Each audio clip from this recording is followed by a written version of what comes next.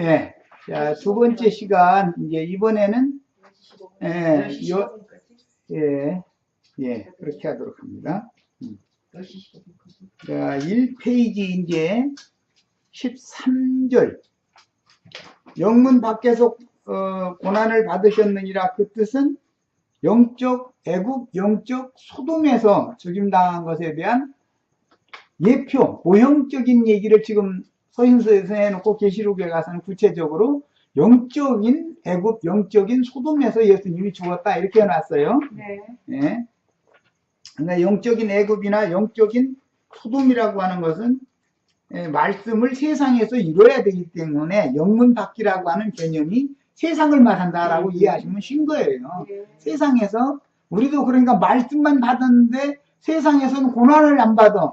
그러면 구원이 안 되는 거예요. 그래서 오늘 제목이 진영 밖의 제단에서 나는 산 체험을 먹는 이 사람들의 말씀은 신령한 양식은 율법 제단 성전에서 나는 것만 교리적인 것만 늘 가르침받는 훈련이 된 사람은 먹을 권위 없다. 뭐 들려줘도 이해가 안 되니까 사람들에게는. 예수 믿으면 축구 가서 잘 돼야 된다 이런 것이 익숙해져 있는데 예수 믿으면 예기치 않은 고난이 더 많이 올 수도 있다. 뭐 이런 식으로 하면은 자꾸 의심이 들거든. 그게 예수 믿었다가 내가 혹시 지금보다 더 나빠지면 어쩌지 하는 생각이 들기 때문에 그런 얘기하는 사람한테 안 가려고 그러는 것은 또 다른 심리가 다 그런 거지 뭐 그게 하는 일인데 하나님 인간의 속을 너무 잘 안다니까. 자 13절입니다. 그런즉 우리도 그의 치욕을 짊어지고 예수님은 당신의 십자가를 지고 영적인 애굽, 영적인 소돔에서 죽었죠. 그런데 우리는 우리의 각자의 십자가가 따로 있죠. 자기 십자가, 자기의 치욕을 짊어지고 우리도 영문 밖으로 그에게 나아가자. 이 말은 영문 밖이라는 말은 영적인 애굽이요, 영적인 소돔이다 이거예요. 세상 교계에 가서 우리 죽는 거예요. 세상에 가서 죽는 것이고 그 말이에요. 죽을 자리를 알고 살아야 돼 사람이. 알고 보면 초보의 도에 머무르고 있는 사람들한테 가서 전도하다 죽어야 된다. 사실 이 말을 하는 거예요. 예수님이 그것 때문에 죽은 거고 사도들이 그것 때문에 죽는 거잖아요. 계시록의 두 증인들이 그것 때문에 죽임당한 거잖아요. 세상 교회 사람들하고 믿음이 똑같다 하면 왜 세상 교회에서 영적 애굽에서 영적 소돔에서 왜 핍박해서 증인들을 죽이고 예수님 죽이겠어요. 서로 믿음이 다르니까 그런 것이지. 생명의 근원이 달라 그런 거예요 사실은. 참 하나님 의신을 받았느냐, 이 세상신 마귀 의신을 영을 받았느냐, 이 문제 때문에 서로 죽이고 죽고 이런 것을 하는 거거든 신앙세계에서. 자, 우리가 여기는 영구한 도성이 없으므로, 그러니까 첫 장막이라는 건 영구할 수 없죠. 우리 이 육신의 장막은 영구하지 못하죠. 어차피 무너지는 날이 오는 거 아니에요. 첫 장막이라는 건. 장차 올 것을 찾나니 이건 위로부터 오는 신령한 처소로 우리가 덧입혀져 가지고 더 크고 온전한 참장막인 거룩한 성 예루살렘에 들어가는 걸 우리는 찾죠. 그걸 추구하죠. 네. 그러므로 우리는 예수로 말미암아 항상 찬송의 제사를 하나님께 드리자. 항상 찬송의 제사를 하는데 육신적인 축복받은 것을 찬송을 하는 말이 아니라 이는 그의 이름을 증언하는 입술의 열매다. 복음을 전하는 것이 찬송하는 거다 그게요. 복음 전하는 것이. 복음 전함으로 박해를 해. 그러면 그때 찬송을 해야 돼. 그게 주님께 영광이 되는 거예요. 이해되셔요? 네. 사도들이 이런 길을 갔어요. 예수님 맨 먼저 이 길을 가신 거고. 이게 새롭고 산 길로 가는 거예요. 생명길로 가는 길이에요. 이게. 자, 고린도전서 9장 13절. 성전의 일을 하는 이들은 그 이제 제사장들이에요. 성소에는 제사장들이나 들어가죠. 마당에서 짐승 잡고 뭐 준비하고 오는 건 레위인들이 하는 거죠. 마당 제사는. 우리는 제사장이 되어져서 지성소까지 들어가는 사람이 돼야지 마당 제사만 반복하고 다시 집에 갔다 또 와서는 마당 제사했다 그것만 일 삼아서는 안 된다 이거예요. 자, 성전의 일을 하는 자들은 성전에서 나는 것을 먹고 성전에서 나는 건 뭐죠? 하나님이 직접 주시는 신령한 새 양식이죠. 그걸 먹고 제단에서 섬기는 자들은, 마당 제사만 하는 레위인들은 제단과 함께, 제단에서 또 뭐 떡도 나오고 뭐 거기 가루도 나오고 뭐 제육도 나오고 다 나오죠. 제물이란 제물은. 왜 제단에다 저 불살려야 되고 어느 건 남겨야 되고 그러니까. 제단에서 섬기는 자들은, 이건 레위인들이었는데 이 사람들은 마당 제사만 하는 사람들이에요. 제단과 함께 나누는 것을 너희가 알지 못하느냐 그랬어요. 여기 인용해 놓은 그 자료들은 구약성경 레위기에 내가 인용해 놓은 거 다 찾아보세요.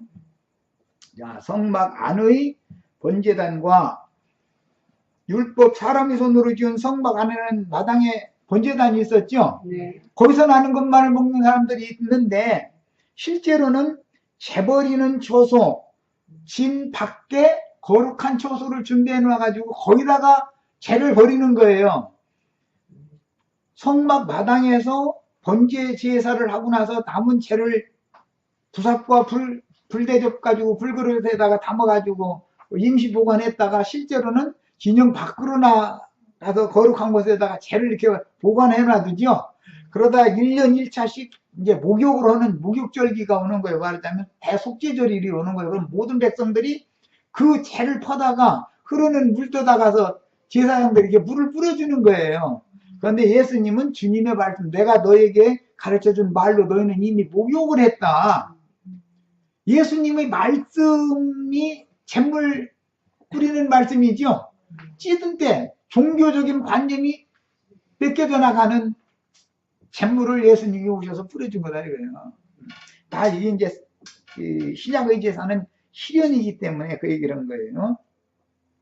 레위기 1장 16절, 이것은 비둘기로 번제 드리는 경우, 속죄를 위한 번제를 드리는 경우예요. 제단 동쪽의 재 버리는 곳에, 제단의 동쪽에는 재를 모아두는 임시처소가 있단 말이에요. 그것을 가지고 실제로는 이제 진영 밖, 성문 밖 거룩한 곳이라고 하는 재 버리는 곳, 그가 세상이죠. 거기가 우리가 죽을 자리가 거기단 말이야. 영적 애국, 영적 소돔이라고 하는 곳이 재 버리는 곳이에요. 예수님의 십자가의 흔적이 그곳에 있죠. 예수님이 고난당한 흔적이 어느 곳에 있어요? 재가 어디에 남아 있어요? 진박 정결한 곳에 성문 밖에 있잖아요. 거기서 죽고 거기서 장사됐으니까. 그래서 이것을 영적으로 해석할 때 바울사도가 갈라디아서에서는 너희가 더 이상 나를 괴롭게 하지 말아라. 무슨 뜻이냐면 율법제도로 자꾸 다시 돌아가는 걸 자꾸 얘기했다니까. 나를 더 이상 괴롭게 하지 말아라. 내 몸에 내가 예수의 흔적을 지니고 있다. 그렇게 표현했어. 그 무슨 말이야? 바울사도는 지금 진박 세상에 땅끝까지 나가서 복음을 전할 사도의 위임을 가지고 있었기 때문에 전도하다가 나는 죽을 수밖에 없는 사람이라는 사명을 난 타고난 사람이다 말하자면 그런 말이단 말이야. 예, 나는 너희가 아무리 반대를 해도 그런 율법적인 제사 지내는 거 그것도 행하고 주님의 말씀도 행하고 이건 말 안 맞는 소리다. 너희가 나를 아무리 박해를 너희가 나를 더 이상 괴롭게 할 필요도 없다. 나는 이 신약 복음을 전하는 거에 대해서 난 목숨 이미 내놓은 사람이다. 그 말이단 말이야. 우리도 다 그런 각오로 율법 제사, 율법 성전의 제단에서 나는 종교 의례를 행하러 다니는 그런 신앙생활하는 거 거기서는 그 제단에서는 그 말씀밖에 더 먹어요. 초보의 도밖에 거기서는 안 가르치니까 당연히 그것만 먹죠. 그런데 그런 사람들은 하늘에서 종선지자들에게 들려주신 그 말씀을 증거하는 증인들이 증거하는 저희 주께서 죽임당한 영적 애굽, 영적 소돔이라고 하는 곳에서 증거하다 죽임당하잖아요. 증인들은 그들의 증거는 이 사람들은 받을 자격이 먹을 권이 없다는 거예요. 못 알아들으니까 애당초 들리지를 않는데 어떻게 할 거예요. 예, 안 들릴 때는 뭐가 필요하냐면 기도가, 그야말로 기도가 필요해. 내 귀 좀 뚫어달라고. 뭔 소리, 저 사람이 뭔 얘기를 할머니 했었는데 도무지 안 들린다고, 뭔 소리인지 모르겠다고. 그 기도가 필요해, 정말로. 자, 그 다음에 이제 레위기 4장 12절, 속죄로 드리는 번제 제사를 드릴 때예요. 똥곳 그 수송아지 전체를 진영 바깥 재버리는 곳 정결한 것으로 가져다가 불로 나무 위에서 살려라. 그래서 이런 율법 때문에 예수님이 예루살렘 성전에서 죽는 게 아니고 성문 밖으로 나무 위에서 죽어야 되니까, 나무 위에서 불살라져야 되니까, 그래서 나무틀 짊어지고 사형틀 짊어지고 성문 밖으로 나가서 거기서 죽었던 거예요. 구약의 율법 때문에. 그게 구약의 율법에 보면 제물을 성막 마당에서 잡아서 번제단에나 드리는 건 일상적인 제사도 있었지만 1년 1차의 대속죄절날의 제사만큼은 그 속죄제 수송아지를 진영 밖에서 잡아가지고 거기서 진영 밖에서 불사르는 것이지 마당에 있는 번제단에 갖다 불사르는 게 아니다 그 말이에요. 지금 구약 율법에 이미 이렇게 모형이 되어 있었던 거예요. 그런데 우리는 단번에 속죄절날 단번에 이루시는 그 제사를 우리가 마음의 믿음으로 이걸 취해야 되기 때문에 예수님이 그래서 십자가를 지고 예루살렘 성에서 죽은 게 아니라 성문 밖으로 나가서 그 거룩한 곳 그곳에서 죽었구나. 그것을 우리가 깨닫고 그것은 영적으로 해석하자면 애굽이고 소돔이라고 하는 곳이다. 그 해석의 의미를 이해를 잘 하시기를 바라요. 이해 충분히 되시죠? 네. 구약의 율법에도 속죄 제사를 드리는 그 제사법이 평상시에 드리는 건 성막 마당의 번제단에다가 불살렸는데 1년 1차에 드리고 모든 백성들을 잿물 뿌려주는 날, 그 이제 대속죄절 날이에요. 모든 백성들이 묵은 때를 벗겨주는 날에 대제사장 제사 드리고 나서 하는 그날은 반드시 그날 죽은 그 제물은 진 밖으로 끌어내가지고 진 밖 재버리는 곳에서 주겠단 말이야. 그리고 피는 가지고 대제사장이 지성소로 가지고 들어가서 피는 지성소에다 뿌렸다. 이것은 이제 셋째 하늘 하나님 은혜의 보좌, 영광의 보좌에다가 다 뿌렸는데 그것은 예수님의 양심, 아까 얘기했어요. 하나님의 은혜의 보좌, 양심, 예수님의 영이다. 예수님의 양심이다. 이래요. 그 예수님의 양심에 피를 뿌린 그 피가 이미 뿌려진 사실이 내 마음에 믿어질 때 나의 영이 피 뿌림을 받기 때문에 예수님의 양심으로 나의 양심이 재창조되는 얘기를 하는 거단 말이야. 이것을 목적으로 구약시대에 많은 제사법을 정해준 거예요.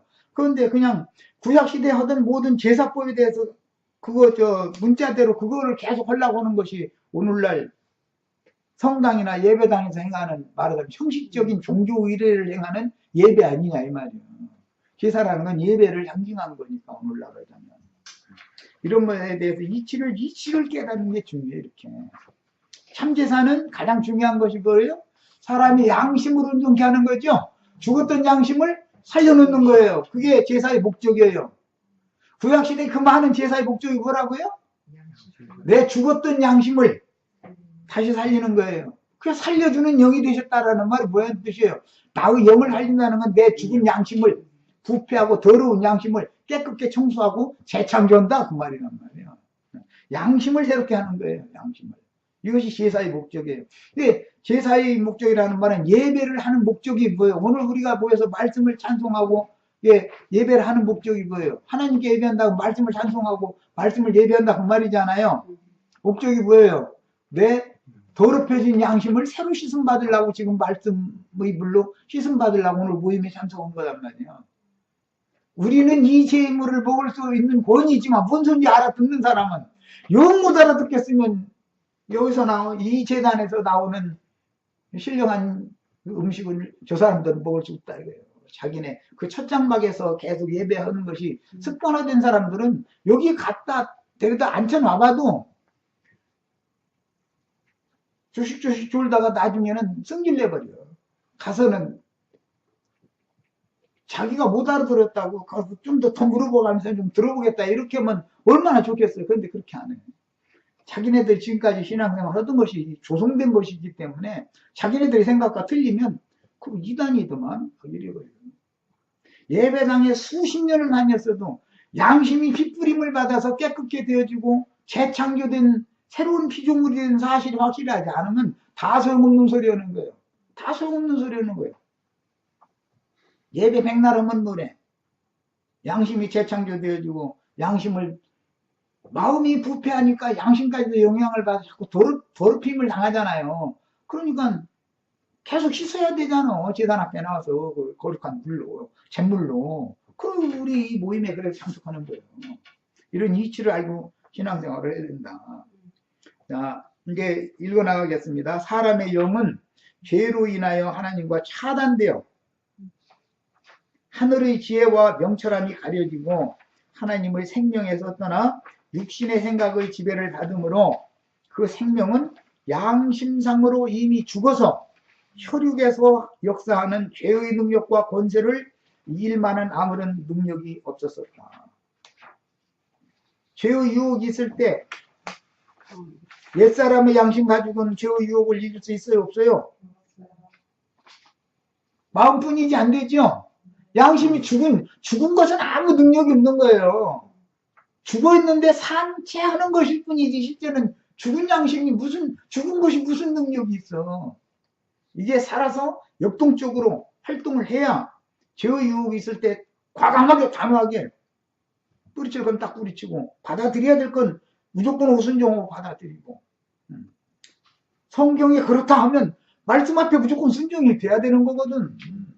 말씀이 그러니까 말씀에 순종을 안 한다는 것은 하나님을 안 믿는다는 뜻이잖아. 실제로는 네가 선악을 알게 하는 나무 열매를 먹는 날에는 정녕 죽으리라 라고 선포한 하나님의 말씀대로 아담이 금령의 나무 실과를 먹는 순간 생명의 핵이 되는 그 신앙 양심, 즉 인간 생명의 근원인 마음의 중심 곧 양심은 이미 죽어서 마비된 거다. 이 이치를 알아야 된다 이거야. 생명나무 열매를 먹어야 되는데 먹지 말란 나무 열매를 먹는 순간 이미 죽었다 이거야. 육신이 죽은 걸 말하는 게 아니야. 양심상으로 죽었다. 양심상으로. 인간은 영적으로 죽은 거다 이미. 그러니까 예수님이 이거에 근거해서 자꾸 죽은 자는 죽은 자들로 장사하게 하고 너는 나를 따르라. 그 얘기가 그래서 나온 거예요.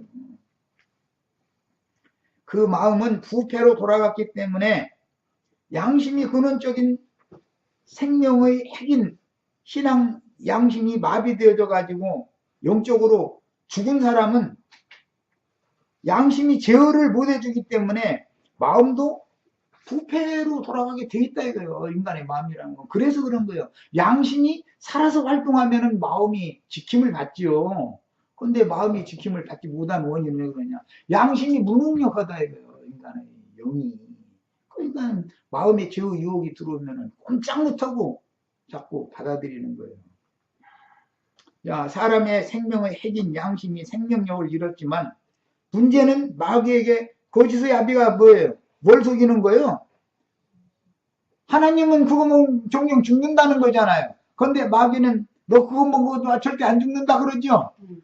그것부터 속기 시작하는 거예요. 내가 살았다고 생각하는 거예요. 사람들은. 전도에 보면 자기는 살았다고 생각해. 산자 보고 살린다고 그러니 나 이거 멀쩡히 살아있는데 뭘 살리느냐 이렇게 나오면 전도가 돼야 안 돼요? 그 전도할 것도 없는 거죠. 이렇게 어려운 문제가 생기는 거예요. 전도라는 게. 잠언 4장 23절 인용고 있습니다. 모든 지킬 만한 것 중에서 더욱 네 마음을 지키라. 생명의 근원이 이에서 나니라. 이 말씀 창세기 4장에서 이게 인용하는 말인데 가인 보고 죄의 유혹이 네게 있지만 너는 그 네 마음을 지켜라 그랬죠. 그 하나님 오셔서 사람이 죄의 유혹을 이기고 자기 마음 지켜낼 수 있어요 없어요? 자기 마음 자기가 지킬 수 있는 생명의 핵인 양심이 죽어 있는데 양심이 살아있다면 마음이 더럽혀지는 것을 거부하고 지킬 수 있죠. 그런데 양심이 이미 죽어 있는데 자기 마음을 자기가 무슨 재주로 죽은 양심을 가지고 마음을 무슨 재주로 지키냐 이 말이에요. 지금 그 얘기를 하는 거예요. 그래서 피를 뿌려가지고 새 생명, 피를 뿌린다는 예수 하나님의 생명을 여기다 지금 뿌려서 새 생명을 준다 이제 그 말인데 그 새 생명은 옛사람의 더럽고 부패한 마음 자체를 씻어내고 예수님의 양심으로 재창조하는 것이거든. 그게 말씀이 능력이다. 자, 뱀은 사람을 속여서 말하기를 아니라 내가 결단코 죽지 아니하리라. 뱀이 이렇게 말하면 최초 여기서부터 계속 속는 거예요. 인간은. 근데 나는 하나님 볼 때는 죽어있는 자인데 본인이 본인을 볼 때는 멀쩡히 살아있다고 생각하는 거예요. 왜? 육신의 몸만 살아있다고 보는 게 아니라 자기 마음속에서 뭔가 막 성질나면 혈기가 올라오고 뭐 육체의 각색 정욕들이 막 요동치죠. 그런 건 살아있는 줄 알고 있는 거예요. 그런데 그것을 조율하고 적절하게 조율할 뿐 아니라 악한 길로 가는 것은 제어하고 하나님의 명령이면 순종하고 하도록 하려면은 양심이 살아가지고서 그 사람의 생명의 핵이 살아나가지고 그 사람의 마음의 생각, 감정, 의지를 조종해줘야 되는 일인 것이거든. 근데 그게 안 되면 예배당에 백날 다니다가 죽으면 무슨 소용이냐 이 말이에요. 생명이 거듭난 적이 없는데 이해되셔요? 복음이라는 건 이렇게 중요하다. 죽은 자를 살리는 능력이 있는 게 복음의 능력이다고요. 그래서 뱀의 거짓말에 속아가지고 금령의 실과를 먹은 사람은 이미 하나님의 명령을 버린 죄와 허물로 인하여 양심상으로는 죽었고 다른 신들을 향해서 살아가고 있지만 세상신 마귀의 졸개들 이 세상과 세상에 있는 것들 그런 것만 향해 그것만 바라보고 살지요. 그런데 본인은 난 하나님만 향하여 산다 이러고 있는 거예요. 그것은 입에 붙은 거짓말이지 늘 하나님만을 향하고 즉 아까 내가 처녀 때 좋아하던 총각 있어도 결혼을 했으면 신랑을 바라보고 살아야죠. 그런데 처녀 때 좋아하던 그 청년만 바라보고 살면은 그건 이 신랑에 대해서는 거짓말 하는 거 아니냐 이거요. 옛 좋아하던 청년은 죽이는 자 마귀인데 살려주는 새 신랑은 거부하고 얘 마귀가 좋다고 자꾸 거기만 향해서 살면 거기만 향해서 산다는 건 세상을 향해서 산다. 세상만 바라보고 산다 그 말인데 하늘 영광을 향하여 하늘 영광을 위하여 사는 게 아니고 반대되는 삶을 살면서 난 거듭났다 구원받았다 뭐 호남만 하는 소리지고 그 무슨 무슨 말장난한다 해가지고 구원받는 것도 아닌 건데 신앙 양심의 문제인데 이해되시죠? 네. 주 예수의 십자가의 도는 이런 사람의 육신의 생각을 뒤집고 이게 오늘 다 뒤집어지셔야 돼 이제 오늘 다 끝내버리는 역할을 하는데 복음 진리를 깨닫기 전에는 옛사람이든 나는 죽고 새사람인 내 안에 그리스도께서 생명이 되어 사셔야만 나도 산 자가 되는 것이다 라고 하는 이치가 전혀 이해되지 않기 때문에 이해가 되어지지 않으면 믿어져요 안 믿어져요? 내가 영으로 깨달이 믿는 게 뭘 믿어 믿기는 실제는 안 믿는 거지. 끝내 죽은 양심의 판단을 따라서 자기 행위에 의지하다가 의로운 율법에 의하여 심판받고 결국은 그 영혼이 둘째 사망의 심판을 피하지 못하는 것이다. 이 원리를 아는 게 필요해. 복음의 원리를. 그만 다 마셨네. 주님의 십자가와 장사와 부활과 승천과 재림을 주관적인 체험으로 깨닫고 믿음으로 화합하여 동참하는 것은 주와 함께 연합되어 죽는 십자가의 도를 참으로 아는 실제로 시작이 되기 때문에 십자가의 도를 영문 안에 들어가서 죽는 게 아니라 십자가는 메고 영문 밖으로 나가서 죽는 거예요. 진박 정결한 곳 거룩한 곳에 재를 거기다가 보관해 놔뒀다가 속죄절일 모든 백성을 잿물 뿌려주는 날이 온다 이거예요. 그런데 제육은 진박해서 불사르지만 피는 지성소로 가지고 들어간다. 셋째 하늘, 히브리서는 참하늘로 가지고 들어간다. 하나님의 영광의 보좌 앞에 갔다. 거기다 피는 뿌려야 되니까. 이 말은 우리들이 이 진리를 깨달았을 때 나의 신앙 양심에 예수님의 핏뿌림을 받아서 내 신앙 양심이 깨끗해지고 거듭나야만 내 나중에 그 살아난 영에 의해서 내 마음도 보존되고 지켜질 수가 있는 것이다. 지금 그 말이단 말이에요. 이해되셨죠? 네. 자, 아직도 혈과 육을 입은 육신의 마음 중심인 옛사람의 양심을 살았다고 여기고 생명력을 상실한 양심에 의지하여 자신의 혈육을 지배하는 죄의 법칙과 싸워서 이어서 죄악을 행하지 않고 선과 의만 행하려고 노력하며 그래도 그렇지라고 주장하고 싶은 마음이 남아있다면 그 자체가 마귀의 조종을 받는 육신의 생각 곧 사망 권세의 매인 죄의 종이라는 것을 깨달아야 됩니다. 양심이 살아나지 않은 사람은 범죄하지 않으려고 노력을 해도 다 소용없는 짓 하는 거예요. 쓸데없는, 그게 다 선한 일 하는 것 같고 옳은 일 하는 것 같아도 그게 다 하나님 볼 때는 위선자다, 이거 위선자. 생명이 바꿔져야 된다, 생명이. 무슨 인간이 선한 일을 하느냐 마느냐 그 얘기가 아니다.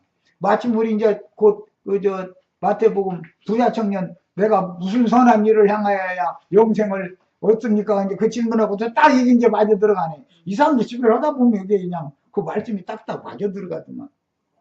아담의 한 범죄로 인하여 육신에 속한 나는 이미 죽은 자이다. 나는 이미 하나님의 생명에서 떠나 있었으며 주 예수 그리스도의 은혜로 지난날의 모든 죄들을 사면받고 진리의 말씀으로 영이 거듭나서 속사람이 장성한 분량으로 자라서 생명의 능력으로 죄의 능력과 권세를 대적하여 이기는 방법 외에는 구원의 길이 막힌 사람이요 죄와 율법의 저주 아래에 있는 짐승과 방불한 옛사람이 뿐인 것이나 천연적인 타고난 옛사람 그 죽은 양심을 가지고 태어난 사람이 자기가 선행을 하면 주님이 기뻐하실 거다고 생각하는 오산이다 이거예요. 그거보다 더 중요한 건 자신의 양심에 예수님의 핏부림을 받는 믿음이 더 중요한 거예요. 자기 양심이 살아나는 것이 더 중요해요. 양심이 깨끗이 충수가 되어지고 나서 진리의 말씀이 그 다음에 믿어지면 거듭나는 것이거든. 예.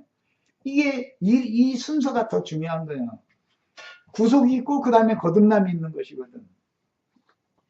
자, 너희 자신을 죄에 대하여는 죽은 자로 여기고 하나님께 대하여는 산 자로 여기라는 성경의 명령을 분명하게 인식하고 그리스도 예수 안에서 죄에 대하여는 죽은 자이니 죄의 능력을 절대로 이길 수 없는 자이고 하나님을 대하여는 산 자로 여기는 새 사람에게는 그분의 은혜가 나의 새 영, 살아난 양심을 이기는 생명으로 강화시켜서 그럼 자라야지 이제. 지난 죄들을 사면 받아서 핏부림 받아서 깨끗해졌어. 그 다음에 진리의 말씀이 믿어져서 거듭났어. 그래도 이제는 자라야죠. 사람으로 태어나도 사람으로 못 얻잖아요. 청년 이상이 돼야 사람으로 재구실 하는 거지. 이해되시죠? 하나님의 생명도 마찬가지인 거다. 말이에요. 그래서 나의 선한 생각은 죄의 욕구를 절대로 당하지 못하지만 성령의 소욕은 내 양심을 피로 씻고 깨끗해진 양심에 그분의 생명 능력과 권세를 부어서 육체의 소욕들을 능히 대적하고 이기도록 하나님의 능력으로 덧입혀 주시는 은혜를 더해 주심으로 속사람이 장성해지면 겉사람의 욕구를 자동적으로 소멸시키고 이길 수 있는 것이다. 그러려면 잘하는 과정이라는 게 이제 필요한 거죠. 그런데 잘하는 과정이라는 게 뭐냐? 영문 밖에서 불사름 당하여 죽은 생명의 체험을 먹는 사람이래야 잘할 수 있는 것이지, 산 말씀을 먹여야 잘하는 것이지, 교리적으로 말씀을 많이 안다 해서 구원받는 것도 아닌 것이고, 초보의 도를 아무리 딸딸 외우도록 가르침을 수두시 받아도 그것 때문에 온전한 구원에 들어가는 거 아니다. 그 말이에요. 이런 그리스도인이 앞서가신 믿음의 증인들에게 역사하신 것과 동일한 그리스도의 능력과 구원의로 덧입는 참 그리스도인들이고 히브리서가 증거한 증인들처럼 주님과 복음을 위해서 기꺼이 순교하여 첫째 부활에 참여하여 신부성으로 데려감을 받은 후에 주와 함께 재림해서 오는 세상을 유업으로 받을 수 있습니다. 이걸 이미 약속을 해놓으셨는데 이 약속을 우리 기업으로 받아야 된다고요. 야, 히브리서 이제 다음 소절로 들어갑니다. 13장 16절로 17절. 문맥은 이어지는 거예요. 오직 선을 행함과 서로 나눠주기를 잊지 말라. 이 말씀도 세상 교회 사람들은 이웃돕기 운동하라는 말로 해석하죠. 그러잖아요. 선을 행하고 나눠줘라. 그러니까 이웃돕기 운동이라 이렇게 해석해버리는 거 아니에요. 뭐 깊이 생각할 여지도 없이. 지금 그 말이냐 이거예요. 선을 행한다는 건 믿음으로 사는 걸 말하는 거예요. 믿음으로. 거듭난 생명을 사는 것을 선을 행하는 거예요. 제일 중요한 선을 행하는 것은 예수를 믿는 거예요. 진리 말씀이 영으로 깨달아져 가지고 양심의 핏부림을 받아서 씻어진 다음에 진리의 말씀이 믿어져서 거듭나기 위해서 복음을 믿는 거예요. 그게 선을 행하는 거예요. 우리가 무슨 일을 행해야 하나님이 이 일을 하는 거니까. 그러니까 예수님이 답변이 너무 간단하죠. 하나님 보내신 자를 믿는 것이 그 일을 하는 거다 그러잖아요. 믿는 것이 선행하는 거예요. 믿는 것이. 그런데 이웃돕기 운동하는 것이 선행이라고 해석해버린다니까. 두 번 더 생각할 필요도 없어. 이 구절 딱 나오면 히브리서 13장 16절보다 막 하나님이 선을 행하라고 하고 서로 나눠주라고 했지 않냐 해가면서 막 서로 막 이웃돕기 운동 하면은 그런 공로로 하나님의 영광에 갈 수 있어요? 없어요? 말이 돼요? 예수의 피로 나 신앙 양심의 핏부림을 받고 생명이 거듭나서 자라서 온전케 되어야 영생에 들어가는 거예요. 생명에 들어가는 거예요. 그런 것이지 무슨 이웃돕기 운동 많이 한다 해가지고 영생을 얻고 이거 말도 같지 않은 소리. 지금 기독교계가 얼마나 많은 사람들 지금 속이고 있냔 말이에요. 그렇다고 이제 그러면 선을 행하는 게 나쁘냐 또 이러고 이제 따지는 사람이 있어. 아니 그건 세상 사니까 좋은 일 많이 하시고 그것을 무슨 구원의 잣대로 삼지는 말아라. 그런 거 선을 이웃돕기를 아무리 했어도 그것을 근거로 해서 구원을 할 것 같으면 예수님이 오셔서 죽고 장사되고 부활 승천했다가 성령으로 오실 필요가 있어요? 없어요? 없죠. 예수님 오셔서 죽을 필요도 없는 거예요. 그냥 선행해서 구원 받으면 선행 많이 하면 되는 일이지. 이게 복음을 와전시키면 안 된다 이거예요. 목사님들이 어떻게 거짓말을 하는지를 잘 새겨 들으셔야 돼. 우리 목사님은 그런 거짓말 안 된다고. 내가 보면 세상 쪽의 목사님들은 다 이 구절 나오면 전부 헌금 내라고 그래요. 이웃돕기 해야 된다고. 아프리카 굶는 사람들 아이들이 얼마나 많고 막 이 얘기 딱 나와버려. 난 그런 사람들 보면 답답해 죽겠어. 서로 나눠주라고 하는데 그런 건 나눠주는 게 아니고 예수님이 우리들에게 나눠준 게 뭐예요? 당신이 무한한 생명을 나눠준 거죠. 제일 중요한 건 뭐예요? 생명을 주는 거는 생명 나눠주는 거잖아요. 그럼 전도가 해야 되는 거야. 전도. 예수님이 뭐 때문에 죽었어요? 증인들이 히브리서 11장에 나오는 모든 구름 같은 증인들이 뭐 때문에 죽었어요? 전도 때문에 죽은 거예요. 그것이 선을 행하는 것과 나눠주는 일 때문에 죽은 거예요. 죽임당한 거예요. 두 증인들도 히브리서 11장에 나오는 증인들처럼 계시록의 두 증인들도 죽었잖아요. 왜 죽었어요? 전도하느라고 죽은 것이지 무슨 이웃돕기 운동하느라고 죽은 거예요. 그게? 그 참 안 나요. 이해가 다 되시죠? 지금 내가 뭔 얘기하는지. 성경을 오해하면 큰일 난단 말이에요. 이웃돕기는 그럼 하지 말라는 말이 아니야. 하실 수 있으면 하세요. 하시지만 그런 걸 자랑으로 삼지도 말고 그것이 나의 구원의 근거가 된다고 절대 행하지 말라 이거예요. 그런 일은 없으니까 절대로. 야, 이웃돕기 운동은 이 같은 제사는 그랬는데 이웃돕기 운동은 것이 제사하는 거예요? 아니 이웃돕기 운동하는 것이 제사하는 건 아니잖아요.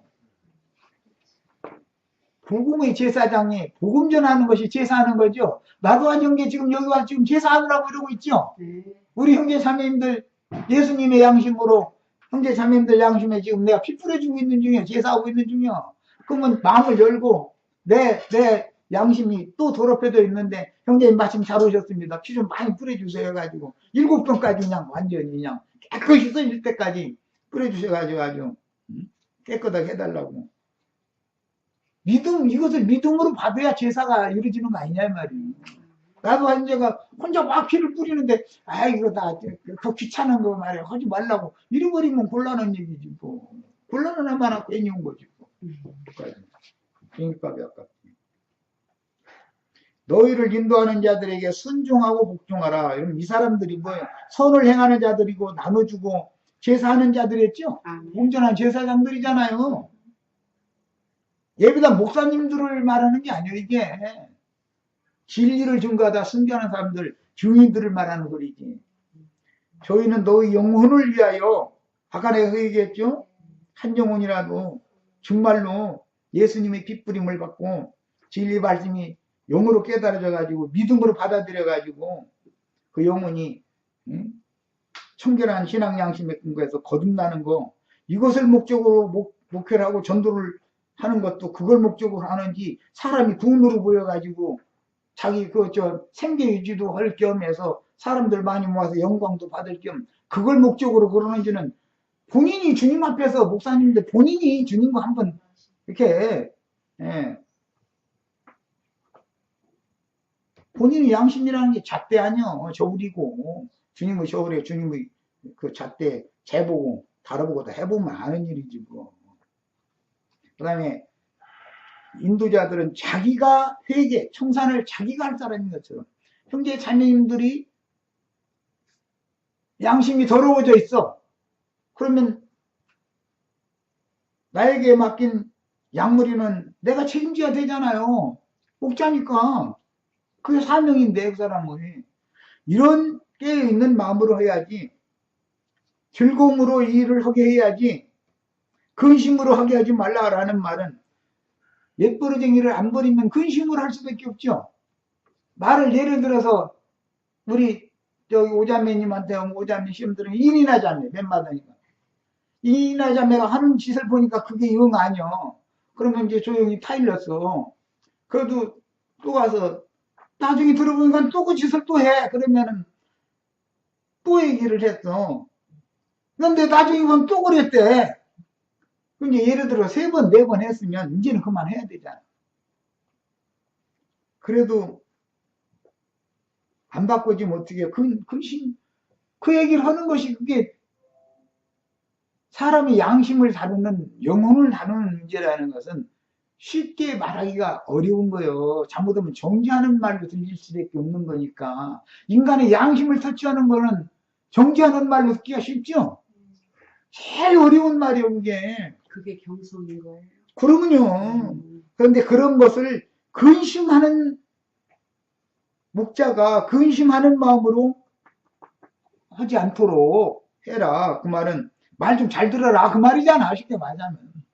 피 뿌려줄 때 피 뿌림 잘 받고 청결케 되어져라. 그리고 너 행위가 바꿔져야 되지 않겠냐. 지금 그 말이요.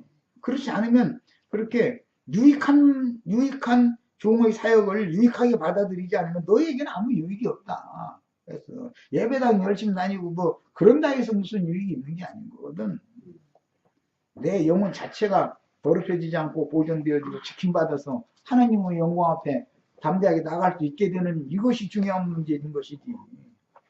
율법적인 실행을 벗어나서 신약 경륜에 따른 형제 사랑의 교회 생활을 끝까지 신실하게 실행하라는 격려의 말씀인데, 이런 실제적인 교회 생활만이 하나님이 받으시는 신령한 제사라는 것을 분명하게 가르쳐주고 있으며, 율법적인 종교 의식들을 행하는 종교 생활에 치우치는 형식적인 예배와 완전히 구분을 해주고자 한다. 바울 사도 때만 이런 게 아니에요. 매 세대 똑같은 일은 반복되는 거예요.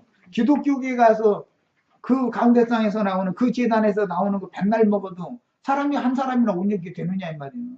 왜 그러는 거예요? 생명의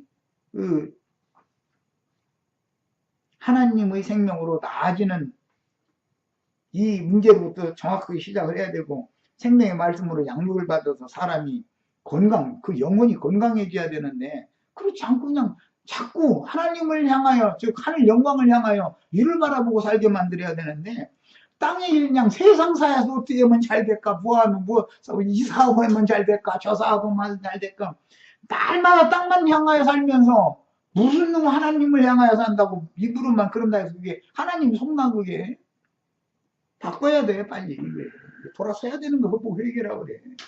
우리는 하나님의 영광을 위해서 사는 거예요. 이 땅에 사는 거에 대해서 너무 염려 근심에 붙잡힐 필요 없어요. 먹을 것이 있고 입을 것이 있으면 족한 줄 알아라. 그래서 그런데 미국에서 사시는 분들이야 뭐 이러니, 하기는 우리나라 이제 잘 살으니까 뭐 먹을 것 없어서 걱정하는 사람 하나도 없어. 사실은 어떻게 하면 딴 사람들처럼 더 잘 살까, 그것 때문에도 그게 다 욕심이지 뭐.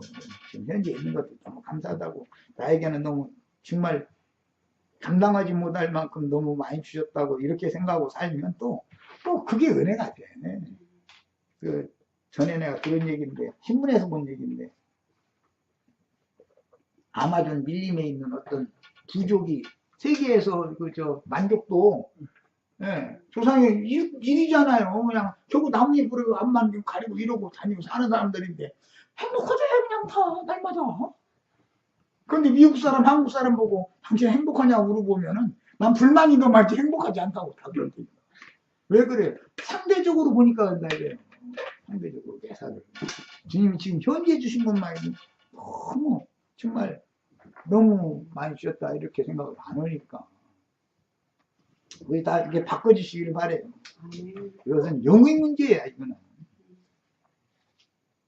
자, 이런 신실한 형제사랑의 교회생활이 회복되기 위해서는 반드시 세속교계의 율법적이고 형식적인 신앙생활이 폐해지고 주님과 지지자들의 신앙생활로 본을 보여주신 주님의 교회생활이 회복되어야 합니다. 우리는 이같이 하나님께서 받으시는 제사를 드리는 멜기세덱 반차에 따른 제사장 나라를 이 땅에 이루기 위해서 곧 교회생활의 완전한 회복을 위해서 우리가 오늘 또 숨을 쉬고 살고 있는 목적이 여기에 있는 거예요.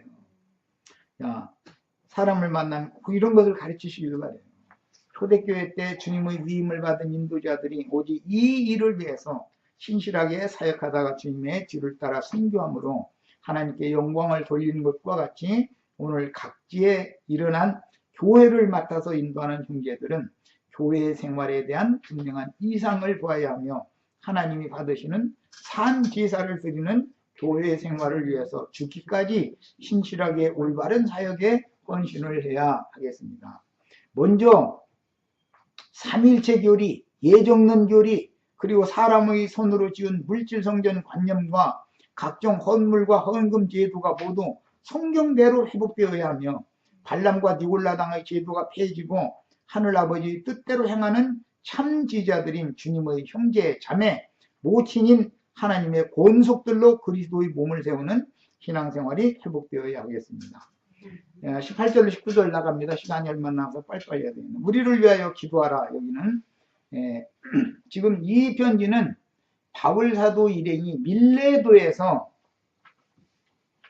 예루살렘에 있는 그 히브리인들에게 보내는 편지예요. 그런데 지금 밀레도에서 바울 사도가 예루살렘으로 가려고 지금 하는 중이에요. 그런데 거기에 가면은 그 여선지자가 가르쳐 줬죠. 띠를 이렇게 보여서 이거 띠를 이렇게 또아리를 들어가지고 뭘 묶어가지고 끌고 가는 그걸 환상을 봤다. 그러니까 사도가 예루살렘에 당신 올라가면 이번에 좋은 일이 벌어지는 게 아니라 분명히 결박당해가지고 좋지 않은 거, 원치 않는 것으로 끌려갈 거다. 그 예언해 줬잖아요. 그런데도 불구하고 지금 예루살렘 올라가는 얘기가 사도행전 6장에 나온 거 아니에요. 그 밀레도에서 마지막 고별 인사를 해가면서 예루살렘으로 지금 올라가는 거, 실제로 예루살렘 올라가서 잡혀서 로마로 압송돼 가게 됐죠. 예. 그때, 이제 쓰여진 서신이에요. 그런 이제 그 배경을 잘 이해를 하셔야 돼.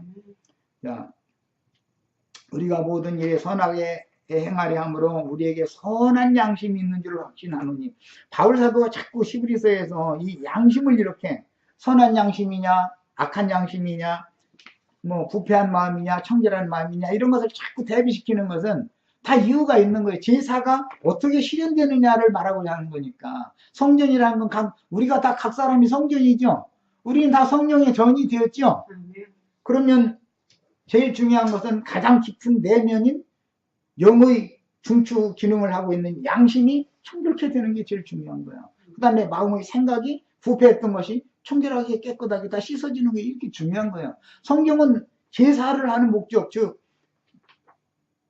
강대상의 앞에 와서 말씀을 듣는 목적이 뭐냐, 나를 정결하고 깨끗하게 하나님 앞에 지킴받는 것이 목적이다 이거예요.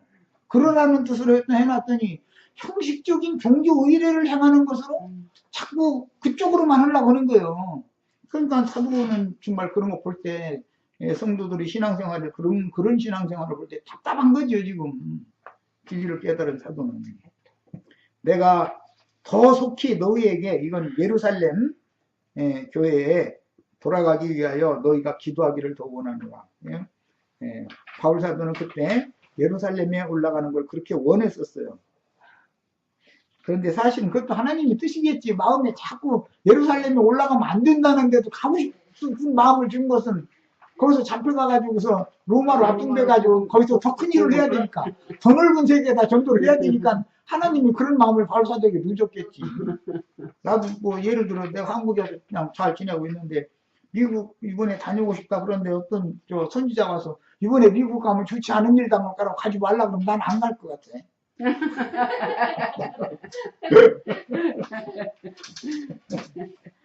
하나님의 사자가 된 형제들은 교회를 돌보는 일이 있어서 선하고 깨끗한 양심을 따라서 모든 일을 행해야 하며 더러운 일을 탐한다든지 맡기신 양무리를 이익의 재료로 삼는다면 그는 주 앞에 서서 판단을 받는 그날에 엄한 심판을 피할 수가 없을 것임을 반드시 기억해야 합니다.